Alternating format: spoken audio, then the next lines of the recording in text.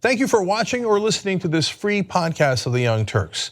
We want to make sure that you get some portion of the show every day, but if you want the full show, which is actually 5 segments, come become a member and support independent media as well. tytnetwork.com/join. Meanwhile, enjoy the free podcast. Hi there, welcome to the Young Turks. I'm Anna Kasperi and Cenk Uygur is off for the evening, but Meta Al-Hassan and Mark Thompson joined me for a fantastic show ahead. There is lots going on. International news, obviously domestic policy that could impact the most disadvantaged people in the country. And at the very top, we have something that's both substantive and very juicy. Right? I agree. You guys know what it is. We're gonna talk about Giuliani. I know that some of you may have caught Cenk's live video on our YouTube channel about it, but we got video. We got SOTs. That's what they call it in the industry, sound on tape. You guys ready for that? I love it when you use jargon. Right. Yeah. They're like, okay, whatever, get on with it. Anyway, thank you for joining me today, guys. Thank you for having me. Excited to be here. Yes, yeah, it's gonna be a good show. In the second hour, Kim Horcher will join us and she will be leading the show. And I wanted to just quickly announce something that's pretty exciting with TYT Network. If you are on the go and you just wanna be able to catch audio in your car while you're driving somewhere, you can do so now through tyt.com/audio.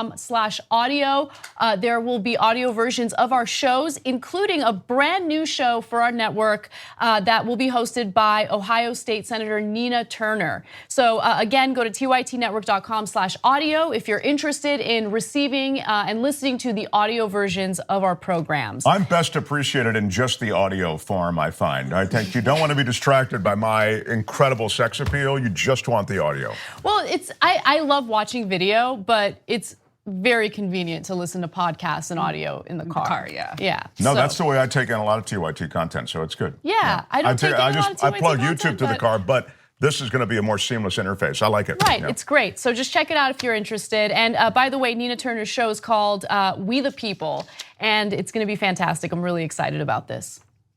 All right, moving on. Rudy Giuliani, one of Donald Trump's many lawyers, was in Tel Aviv and he was asked about the situation involving Stormy Daniels and how Trump's fix-it lawyer Michael Cohen had paid her $130,000 in hush money prior to the election. Now, he said some pretty disparaging things about Stormy Daniels when he was answering these questions, and many people are either outraged or defending him about these statements. We'll let you judge for yourselves. Let's take a look at what he had to say. She believes in her husband. She knows it's untrue. I don't even think there's a slight suspicion that it's true when you, when you look at Stormy Daniels. I know Donald Trump, and let's respect him. Look at his 3 wives, right? Beautiful women, classy women, women of great substance. Stormy Daniels. So I respect all human beings. I even have to respect, criminals. But I'm sorry, I don't respect a porn star the way I respect a career woman or a woman of substance or a woman who has great respect for herself as a woman and as a person, and isn't going to sell her body for sexual exploitation. So, Stormy, you want to bring a case? Let me cross-examine you. So there are many things to address in that statement, including whether or not he regretted saying those things. Just a little hint, he didn't. He has only doubled down. But in the very beginning of that statement, he said she believes her husband. In that statement, he was referring specifically to Melania Trump. And interestingly enough, it was just reported that a spokesperson working for Melania Trump has released a statement indicating that Melania Trump has not spoken to Giuliani. And that is interesting information because it essentially says, well, Giuliani is not telling the truth there. I haven't had a conversation with him about whether or not I believe my husband. And it's probably implying one more thing, which is that she doesn't believe him, right? That's right. Obviously, she accepts, meaning she understands that Trump had an affair with this porn star, and she, I'm not saying she approves of it, but she understands it as fact. Otherwise, why reach back and say anything about Giuliani? You could just let the comment pass. Right. But I think, too, as he's demonstrated in these comments, he is off the cuff. he is a loose cannon, so she probably doesn't know what else he's gonna say and attribute to her when they've never had a conversation. So maybe that's a good way of just trying to nip that in the bud real quick. That's a really great point. I didn't think about it that way. So maybe that was an attempt at, preventing any further damage that Giuliani could do. But, the Melania Trump portion of this is it just developed, so that's why I mentioned it first. But the bigger issue is Giuliani essentially criticizing Stormy Daniels, not just based on what she does for a living or how she's earned her money, but essentially saying that he said, look at her. Yeah. Right? She's not attractive enough for the president to have an affair with her. He tore her apart in so many disgusting ways.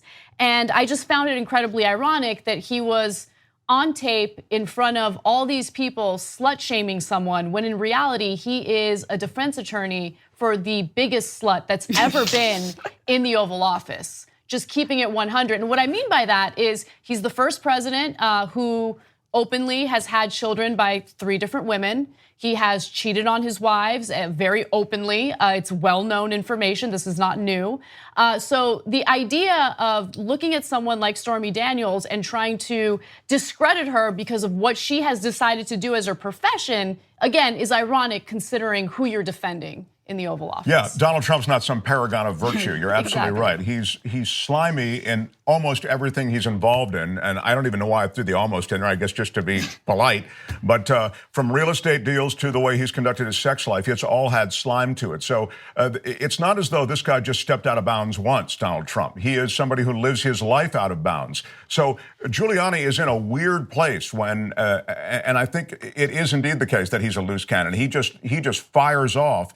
And he just is on such thin ice when defending Donald Trump in any way associated with comportment and behavior and what's said. Donald Trump is the wrong guy to defend. You may want to defend him for being authentic, for being a bunch of other stuff, but Trump certainly isn't the guy who has behaved in any manner that's defensible.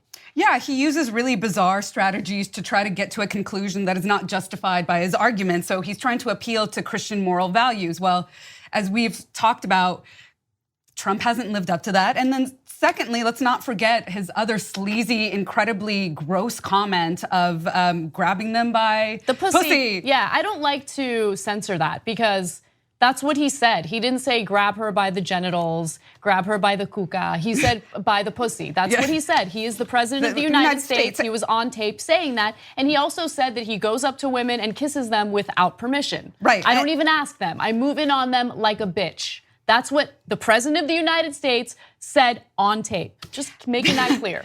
Thank you. Exactly. Yeah. And he's trying to dovetail that with a notion of Trump being classy, like we've talked about. And so it just doesn't square. And then the other thing is that he was trying to connect his dismissal of her profession to not being a feminist value also does not score. There have been many waves of feminism. We're currently in an iteration where we're revisiting and debating what it means to do sex work and for what kind of power women find themselves and agency they find themselves within the sex industry. And this goes back like centuries to. There's a really great book, I should recommend you guys look at it, called Caliban and the Witch, and it talks about how women before the advent of capitalism used sex work to just have independent lives. And so he's just, I don't know what he's saying, basically. Well, it's a common misconception. It's not just Rudy Giuliani. People think that feminists and feminism, it's like a monolithic group of people, and it's not. There's a lot of disagreement among feminists even today on various issues, including whether or not sex work is exploitative. And so just keep that in mind. But by the way, Rudy Giuliani goes back to that point later. We have some video of that. But the question was, hey, has Rudy Giuliani regretted what he said? I mean, he's in Tel Aviv. Maybe he didn't realize that there would be this much backlash. But in the age of the Trump administration, you don't apologize. You double down if you are part of the right wing. And that's exactly what happened when Dana Bash spoke to him over the phone and asked him, are you going to apologize about this? Take a look. He didn't realize how big of a thing it was. And I explained why. And he initially pushed back saying, well, in my day, feminists didn't like porn because they thought it was demeaning to to women, excuse me. And then he said, I still stand by what I said. And I said, well, take the feminism aside and just talk about your main. We need to talk about a relatively new show called the Republic, or UNFTR. As a Young Turks fan, you already know that the government, the media, and corporations are constantly peddling lies that serve the interests of the rich and powerful. But now there's a podcast dedicated to unraveling those lies, debunking the conventional wisdom. In each episode of the Republic, or UNFTR, the host delves into a different historical episode or topic that's generally misunderstood or purposely obfuscated by the so-called powers that be, featuring in-depth research, razor-sharp commentary, and just the right amount of vulgarity. The UNFTR podcast takes a sledgehammer to what you thought you knew about some of the nation's most sacred historical cows. But don't just take my word for it. The New York Times described UNFTR as consistently compelling and educational, aiming to challenge conventional wisdom and upend the historical narratives that were taught in school. For as the great philosopher Yoda once put it, you must unlearn what you have learned. And that's true whether you're in Jedi training or you're uprooting and exposing all the propaganda and disinformation you've been fed over the course of your lifetime. So search for UNFTR in your podcast app today and get ready to get informed, angered, and entertained all at the same time.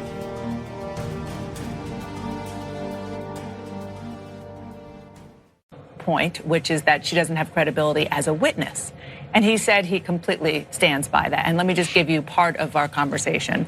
He said the following: if you're involved in a sort of slimy business, it says something about you, says something about how far you'll go to make money. A person who would say no isn't going to do something very demeaning like that for money. A person who would do that for money, a real point about her is that she's not just generally uncredible. She's credible from the point of view of wanting to get money. She's a con artist. Yeah, never mind our politicians who will risk the lives of our soldiers, of our members of military, just to make weapons manufacturers wealthy, just so they can protect their campaign donations. That's not in any way loathsome. But someone who does sex work, oh, that's something that should discredit that individual. By the way, this is exactly the reason why women don't come forward in cases like this and cases where they have been victimized by sexual assault or rape. Because this is exactly what attorneys do. They attack their character. They do all sorts of character assassination in an effort to discredit them. And that is what Rudy Giuliani is doing right out in the open right now. Yeah, it's so despicable what he's doing. He's doing so many things that are awful at one time. And as Anna says, he's smearing Stormy Daniels almost gratuitously. You know, we all know Stormy Daniels by now. There's a suit underway. There's been a payoff. All of these things are sort of demonstrably in evidence. And so he really is just padding his part by going overboard to smear her. He's not going to get any sort of political capital for doing it. The only thing I was trying to think, why is he saying this stuff? And I figured he's trying to curry greater favor with the boss, Donald Trump. Yeah. And so Trump can say, hey, Rudy, I heard those comments you made about Stormy Daniels. Good work. Mm-hmm. I mean, that's otherwise, I don't really see what political gain you're getting or if there's any other benefit. Yeah, there's definitely what the public doesn't know that's going on behind the scenes is that there's a political game between people and the administration for how close they can get to either the ear of the president or have future positions that they can get. So all this sort of stuff is very self-serving. So we have to take that into account when we read these comments that, again, what do they contribute in terms of the discussion around the Stormy Daniels case? Nothing except, as you said, smearing her character completely with age-old 1950s arguments. Yeah, and my concern is not just about what he's doing to Stormy Daniels specifically, but what he is doing in terms of setting America back in their perspective on women and what is and is not acceptable behavior. So, you know, essentially stripping women of their independence and their ability to choose, their free will to choose what they do. Look, and here's another thing that I wanted to quickly mention. I see a lot of people on the left, at least on social media, some members of various news organizations commenting about what Melania Trump used to do for a living. She was a model. There are some, examples of her modeling scantily clad, nude. Don't attack Melania Trump in an effort to defend Stormy Daniels, because you are stooping to Giuliani's level there, right? What Melania Trump did for a living was fine, and it's not something that's worth criticizing, and I feel the same way about Stormy Daniels. Again, don't stoop to their level. Right. It's just worth demonstrating the hypocrisy of the arguments that they make, which is they're trying to attack and project moral judgments on other people, while at the same time they are living out those scenarios. Right. So I think, I was just going to say this, and I think you're right to hint at a kind of a worldview that's mired in 1950. That's what we have in this administration. They have this view of women, they have this view of porn, they have this view of the evolving role of immigrants in our society, of the military. Everything is 1950. Just click in to 1950. That's the worldview. And so Giuliani's comments, even down to Stormy Daniels, reflect 1950 male values with a kind of chauvinism and a rudeness about this woman. And again, I mean, it's not as though we know Stormy Daniels so well, but we know that these comments that Rudy Giuliani makes are rude. And again, they reflect a 1950 worldview. And that is what the Trump administration is all about. Yeah, and it's an expected consensus. You heard the reaction from the crowd when he said, look at her, look at Trump's other wives. And he was expecting everybody to be in full agreement. And yes, there was some clamor in the crowd, but that's what he's operating from. And if you are expecting innovation, if you are expecting a vision of a different world with these guys at the helm, then I'm sorry, you're going to be rudely disappointed. I know, but they're not looking for a different world. True. I mean, they've experienced a different world and they want to go back. Yeah. And so that 1950s worldview of the role women should play and the behavior that they should and shouldn't engage in, that's something that I think would probably do well with Trump's base. But I think the question is for those who are kind of in the middle, who are turned off by, the status quo. I mean, there's the status quo and it's terrible and you need to change it. There's no question about that. But we got the wrong kind of change. We moved backwards. Right. There's this funny little anecdote. I think this is actually apropos to what you were talking about folks who want to be stuck in the 1950s, but also embrace everything we have now. Mm-hmm. The Saudi king, King Faisal, was trying to introduce television into Saudi Arabia, and he put in 2 hours of Quranic recitation. He got fierce resisted. So he brought in all the Wahhabis, who are the extreme religious orthodoxy in the country, to his house, and they debated him, and they were infuriated by all his modernisms. And so when they left, they came back outside, and they saw that their cars were replaced by camels. He's like, okay, if you don't want us to be modern, then go back to that 7th century lifestyle that you want. Mm-hmm. So let's take their phones, their laptops, their everything that they didn't have in the 1950s and see if that's actually the world that you want to live in. Right. All right, we got to take a quick break. When we come back, some international news, including some backlash from the European Union, Canada, and Mexico in response to Trump's tariffs. Looks like Americans are going to pay heavily. And later on, what Trump is doing or isn't doing to prepare for the North Korean summit. You're right in the middle of this podcast. We got another great segment coming up for you. If you'd like the full show, which is actually 5 segments, go to tytnetwork.com/join. You become a member, you support the show, you support independent media, and you get the whole 2-hour show ad-free every day. Let's go do it now. Welcome back, everyone. Kim Horcher joins us. Hey, everybody. What's up? Kim's leading the second hour, which I'm super excited about. But before we get to all of that, a few announcements first. I wish I knew who this person is specifically, but I have a note saying a member wanted to say thank you to the Young Turks for all that you do. Thank you for the nice note, and wants to give his husband John a birthday shout out. He's celebrating his birthday on June 9th. Nice. Yeah, June 9th. Happy birthday. Happy birthday, husband John. Awesome. Happy birthday, John. And then also I got some nice tweets about No Filter, which is a show that I'm doing on YouTube TV. Now, the whole show is for people who are subscribed to YouTube TV, but every week, it's a weekly show. I put a video on our main YouTube channel. So if you guys want to check that out, please do. It's different from the live show. It's different from the main show. It is on prompter because I want it to be a little more produced. This is a little more free-flowy, but people seem to like it. And if you want to check it out, I wanted to make sure to have at least some of that available to everyone. So just go to youtube.com/theyoungturks. I offered Anna a chance to come on to my podcast and get the Edge with Mark Thompson I want bump to come on. and to promote the show, and I'm going to offer it to you now publicly. Yes, I want you to come would on. love to do your show. All right. I think it airs in the middle of the day when I have to be prepping for the show. But, right. but I'll take the day off the show. We'll do an evening session. Yeah, for you. yeah, We'll do let's evening do that. taping. I would love that. Good. All right. Okay, We're up to great. speed. Go, Kim. Huh? Yeah, I'm in now? Okay. ICE just launched a $2.4 million contract with a data surveillance company that will ostensibly wiretap and follow the social media accounts and mobile or internet doings of anyone they feel that ICE would be surveilling.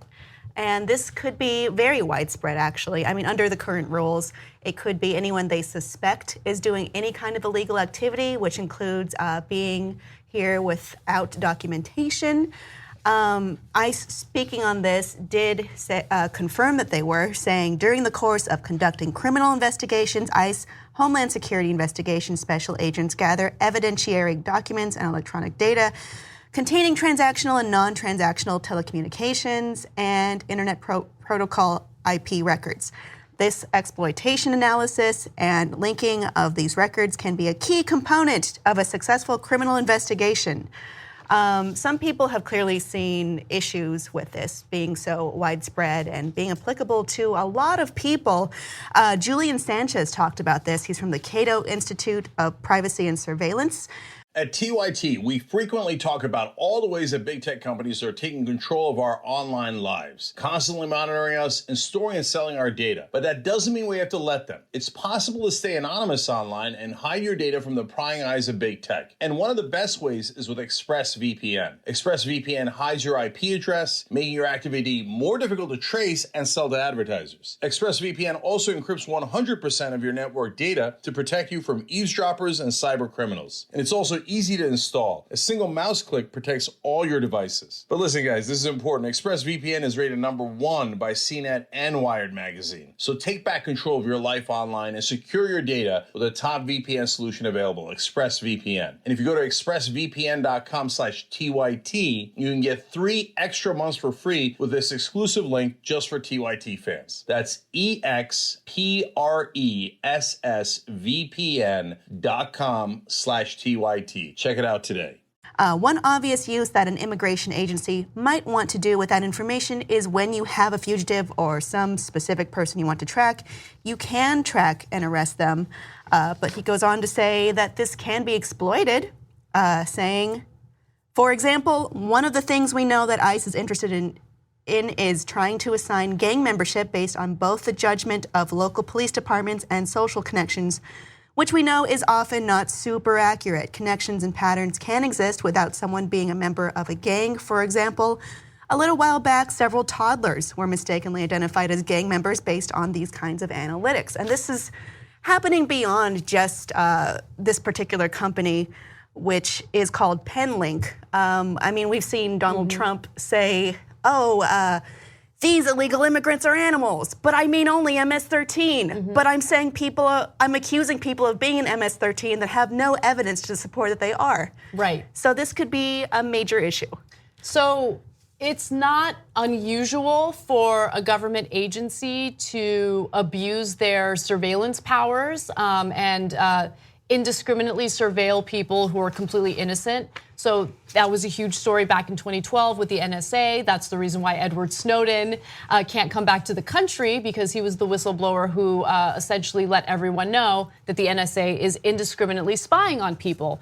And the argument was, well, this is in the name of national security. Now, ICE is going to have similar powers, widespread powers, under the guise of, hey, we need to prosecute undocumented immigrants, people who are in the country illegally. I mean, there is precedent for them doing this before with authorizing a stingray to find someone who had illegal reentry into the U.S. But a stingray can pick up the information of a lot of people. And so could this information relating to cell phone towers, relating to collecting data. This has to be a question that people ask themselves, which is, are you comfortable with ICE trawling through a lot of people's data in order to find someone whose only crime may be that they want to find work? Or that they are seeking refuge. Or that they, haven't even done anything. Right. Well, I mean, and even if you grant the fact that they're in the country illegally or whatever ICE's agenda may be, I think Anna made the point I was going to about Edward Snowden, which is that, in essence, you've seen abuses of the NSA and associated surveillance techniques in the past. And then you've seen here on TYT many abuses and aggression on the part of law enforcement. And you put that together and you've seen, even in the case of ICE, abuses and oftentimes flimsy reasons and motives to do certain things. So you take that and put it all together with an ability to surveil at will. I think it's a real witch's brew of trouble. I'm really troubled by the surveillance stuff because it comes so effortlessly now with the new technologies, and it's a real opportunity for police and law enforcement abuse. And also, so one of my concerns, it actually goes further than, oh, this is my privacy, I don't want you checking in on me when I've done nothing wrong, which, by the way, by itself, that's a huge issue. But remember, we're dealing with an administration that is headed by a man who is thin-skinned, egotistical, and likes to take punitive action against those who criticize him. And just based on the way protesters were treated on Inauguration Day, I mean, look, there were certainly people who destroyed property, and those people should be prosecuted. There were a lot of people rounded up, including journalists, who did not do anything wrong, right? They were peacefully protesting or they were working as journalists and they got rounded up and detained. So if we're living in a world where we have an administration who takes those types of actions, what do you think the government would do with information about you that could be embarrassing, right? And you're thinking about joining a protest, or you're thinking about assembling and speaking out, or speaking truth to power. If you want to challenge the Trump administration and they have this ability to surveil you in any way that they want, that is problematic. That could have severe ramifications to our freedoms, to our First Amendment rights. That's what I'm concerned about. That's exactly it. It's government aggression in this new technological space where they can do a lot of damage. And Anna's right. All of us don't want to have our just phones opened up and then have the government cobble together whatever case they want. And these are constellations that they look for of phone numbers and of conversations right now. But again, overly aggressive state will take that ability and take it to another level. It's very dangerous. And look, we have systems in place in this country. You can get a warrant. You can get a judge to hear the reasons you need to surveil someone. To give ICE open powers in this area is scary. It really is. And this is the definition of big government. I mean, we have conversations about conservatives who are concerned about big government on a regular basis. This is big government. And it has nothing to do with abortion. It has nothing to do with all the moral issues. It has everything to do with government, expanding its power and violating our rights against unreasonable searches and seizures. So we'll see how this plays out, but it's barely even getting any play in the media. I don't really see a lot of coverage about it. It should be covered more, but I really only found this Newsweek article and another article from 2017 when this was first announced. I mean, they're talking in here about different ways that you could be surveilled. It's not just, you go onto Facebook or Google Maps. It's also texts. It's also calls. They're able to get around certain regulations by being a third party to this because I think certain telecommunications regulations say that they would have to have some kind of warrant to go through this, but there is an exemption to the rule here. It seems like it violates the spirit of the rule or what it was created for, at least. Wow.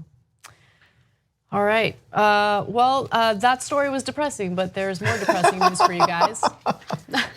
I mean, the whole top half is kind of loaded this way. I'm going to put that out there. Yeah. But these are, President, I know you got to move to the next story, but these are important stories. And as you said, they're not getting play in the mainstream media. And these are the issues of our time. I mean, in other words, that surveillance and technology, the meeting and an aggressive government using both, that is the issue of our time. One of them, anyway. Okay. Okay, well, here's another issue.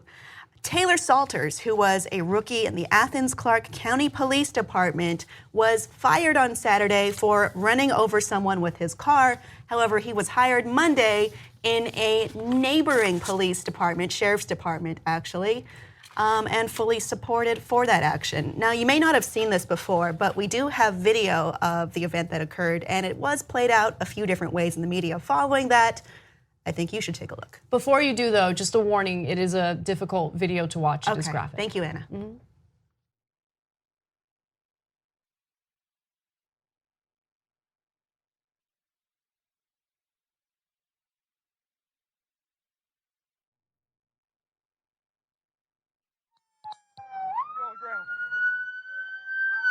We got him.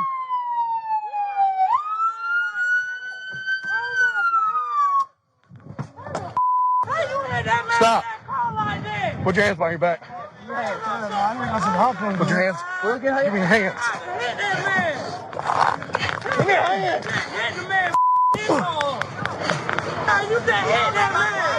Oh my God. We're gonna need units for crowd control. So as a follow-up to this, we did hear him say, we got him in the video, but we have a follow-up as to what he had to say about this incident afterward. I got him with my car, that's what they're yelling about. I didn't hit him with the car, I blocked him with the car. Yeah, he didn't, he's fine, he's in the back. He hit the ground, but, I mean, He didn't hit him. no. He was running down Vine right there at Fairview, and he's running this way, and I just came this way, and he ran into the hood of my car and bounced off.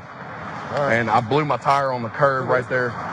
Timothy Patman. Huh? I hit it as soon as I was. As long as you just make some kind of overt movement to strike him, you'll be fine. No, I meant I did it in like to try to go in front of him. Car already dented there. You do that when he hit it. Where's it dented? I might have hit that stop sign. Yeah, I think I hit the stop sign at Nellie B in Fairview then. No, he was running on the curb right there. I tried to block him, and that's when I busted my tire off the rim, and I guess it threw me into the. So these two videos paint different stories. We see him hit a person with his car, and then we hear him say, I was blocking him, I hit a stop sign. That seems like lying to me, and enough to maybe not have you on the force. But as I mentioned earlier, Taylor Salters, who is the rookie cop in the video, was removed from his job in the Athens-Clarke County Police Department, but then was picked up by the Oglethorpe County Sheriff's Office just a couple days later. How could this happen? Does it have something to do with the fact that his father is the police captain and head of the Athens-Clarke County Police Department's Criminal Investigation Division? I don't know. I mean, we also have another sheriff who spoke about this and spoke about wanting to hire Taylor Salters, Sheriff David Gabriel, who had said, I have known him since he was a baby, and I know he will be a great asset to our county. He also spoke on the incident saying, describing what Taylor did in the video, he would, where a fleeing felon struck his patrol car while he was attempting to apprehend him. There seem to be some lapses in the truth here. So everyone sees the video. He intentionally ran over someone. Luckily, he didn't die from that incident.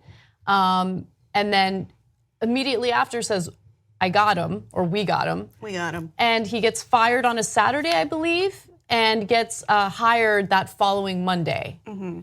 So, and he's got these connections within the police department. Yeah, it's nepotism. He should not be hired as a police officer after doing that, after lying about it, after being caught on camera lying about it. What does this say to the people in Athens-Clarke County or to not Oglethorpe trust County? the cops? That's what it says to people. To not trust cops, to not trust leadership within the department that just hired him. And then people wonder, why do people run away from the cops if they haven't done anything wrong? I would be terrified. Sure, they can do whatever is your point, and then they'll back into some story that everybody will support. I'll say this, and this is how screwed up it is now. As I watch that video, all I'm thinking is, where's the part where they shoot him? Because that's what we're used to. Because that's what we're used to. They're going to shoot this, and I'm just sitting there going, oh my God, this is awful. I've got to watch them shoot this poor innocent guy. And I say, poor innocent guy, again, he's running from the cops. I get it, but he doesn't deserve, anyway. So when he just gets hit by the car, and I'm thinking, wow, this is extraordinary. But again, it was enough for him to be terminated from the force. And then in some kind of it's almost like one of those movies where, my daddy is the sheriff, and in the next town over, and it doesn't even, they didn't even wait for an official investigation. Also, exactly. So the argument that you'll hear from people who want to make excuses for the cops is, well, it was a suspect, it was someone who was suspected of a crime. That's fine, but guess what? Anyone could be suspected of a crime, right? There have been cases where people are suspected of a crime, and then through an investigation, that person is found to be innocent. There is also this crazy idea that even if someone is suspected of a crime, and even if that person committed the crime, the cops don't have the right to just kill them themselves, right? That is an extrajudicial killing, and that is supposed to be unconstitutional and unlawful in the United States. Mm-hmm. So if you're in favor of extrajudicial killings, then you do not support law and order in the country. You just flat out don't believe in it because it goes against the law. And the other thing I would say, if you are in support of law enforcement, as I am, and I think most of us are, we know that a lot of those, and this is my point, a lot of those who serve, most of those who serve, hate seeing this because it besmirches their department. It besmirches all of law enforcement. Most cops out there aren't doing this crap. And so it's awful to see this kind of thing. And more, it just smears the reputation of guys who are trying to make a difference out there. I mean, we see stories like this, and we talk about what actually happens, and then people say, why are you so anti-cop? That's not the case. This is something that was wrong, and there's something that there's evidence that there's wrong on. Exactly to your point. Just like we're not against all people who are trying to be public servants in the government, but when there is government malfeasance of one sort or another, we have to call it out. Yeah, I mean, that is an interesting, it's an interesting criticism when you're trying to shed light on real injustice in the country or on anything. So we do stories that are critical of journalists when they're not doing their jobs properly. Does that mean we're anti-journalists? If for some reason it doesn't apply to any other profession. But look, I've come to realize, at first I was naive. Because at first, I thought when we would report on these stories and we would get the reaction that we would from some people, obviously not all, that it was just people who were in denial, they're not accepting what's really happening, they can't believe it because it's so outrageous. But then I realized, no, there is some portion of the country that likes this. They are supportive of what's happening. They know what's happening and they like it, they want to support it, and they're pretending like they don't know. So that's a real issue, and I don't know if it's a silver lining, but I think the Trump administration has really made that thought process and that ideology transparent and more obvious. And I think now that we know it's there, what are we going to do to find solutions for it? Because we can't have this. We can't have a police state. And by the way, obviously, yes, it disproportionately impacts the poor, disproportionately impacts the powerless, disproportionately impacts the Black community.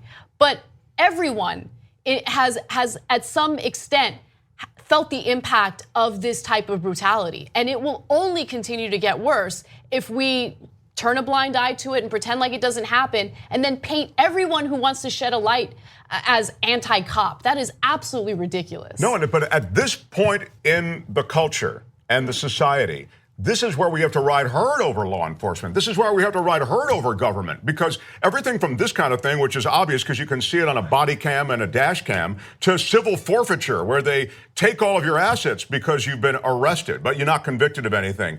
These are things that are associated with government and law enforcement overreach, and this is the time to ride herd over those things more than ever. We have to take a break. When we come back, more news for you. I want to make sure we get to this story about the CrossFit community Thanks for watching or listening to this free version of the Young Turks podcast. You know that the full show is at tytnetwork.com/join. If you become a member, you get the full show ad-free. We love you for watching or listening. Either way, there's going to be a new free podcast tomorrow. You can keep on doing that. But if you want to get the full show ad-free, tytnetwork.com/join. Thanks for listening to the full episode of The Young Turks. Support our work, listen ad-free, access members-only bonus content, and more by subscribing to Apple Podcasts at apple.co/TYT. I'm your host, Cenk Uygur, and I'll see you soon.